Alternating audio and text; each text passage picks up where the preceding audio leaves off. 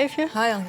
For the approach cohort, we had to include 300 patients in 5 different centers within Europe.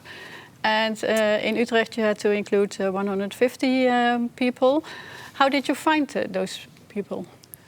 Well, all centers used previously clinical study patients, so they knew their patients. And luckily, Utrecht had this database of patients with almost 1,000 patients who already participated in a previous study. So we reached out to them and sent them a letter to see whether they wanted to participate in this new one. Almost enough patients wanted to do that. So we invited them for a screening visit. And then the machine learning models pointed out those we had to select. Okay. We had to include for the...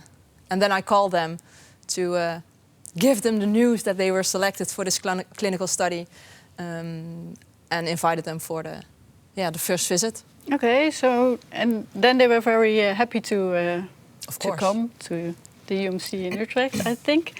And they have to come back for a baseline visit after 6 months, after 12 months, and after 24 months. Yeah. How did you manage that? Because 150 people in such a short time period is difficult, I guess. The biggest problem was that the visits are quite long. So patients have to undergo MRI, X-rays. We have to get their blood. So it takes about 4 hours per visit. So I had to talk to all the other departments, especially the radiology, of course, how to organize that. And then, in the end, it was the best to do the patient's visits in the evenings. So patient came to the hospital and then were there for 3-4 hours. But then they had all tests that they were supposed to have. But people had to be fasted also?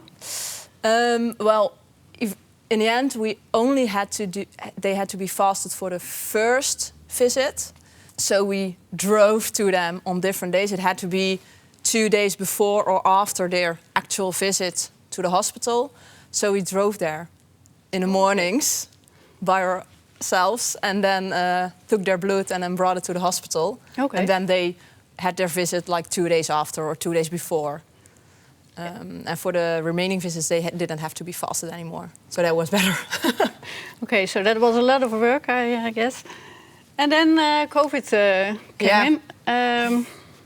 How did you experience Well, my first thought was, give it 3 weeks. It won't be that long. But then the first patients started to call and cancel their appointments because they were really afraid to come to a hospital, because there was suddenly a hospital was scary. So they had to wait longer, much longer. I think some visits were expanded for half a year. But we kept in touch, we called, they emailed me. And in the end, most of them did come to the hospital for their last visit. So that was great. So you didn't miss a lot of visits? No, we did. We missed a few. Some people were still afraid to come to the hospital. Also when we knew better what COVID was. But most of them did come, yeah. Oh, great. And do you have any advices to other people if they want to start a multi-center cohort in different countries? I think the most important thing is, for each study, you need participants, you need your patients. So the most important thing is to keep in touch with them, because without them, you don't have a study. I think that's the most important thing, to keep them engaged. Okay, thank you very much, Eefje.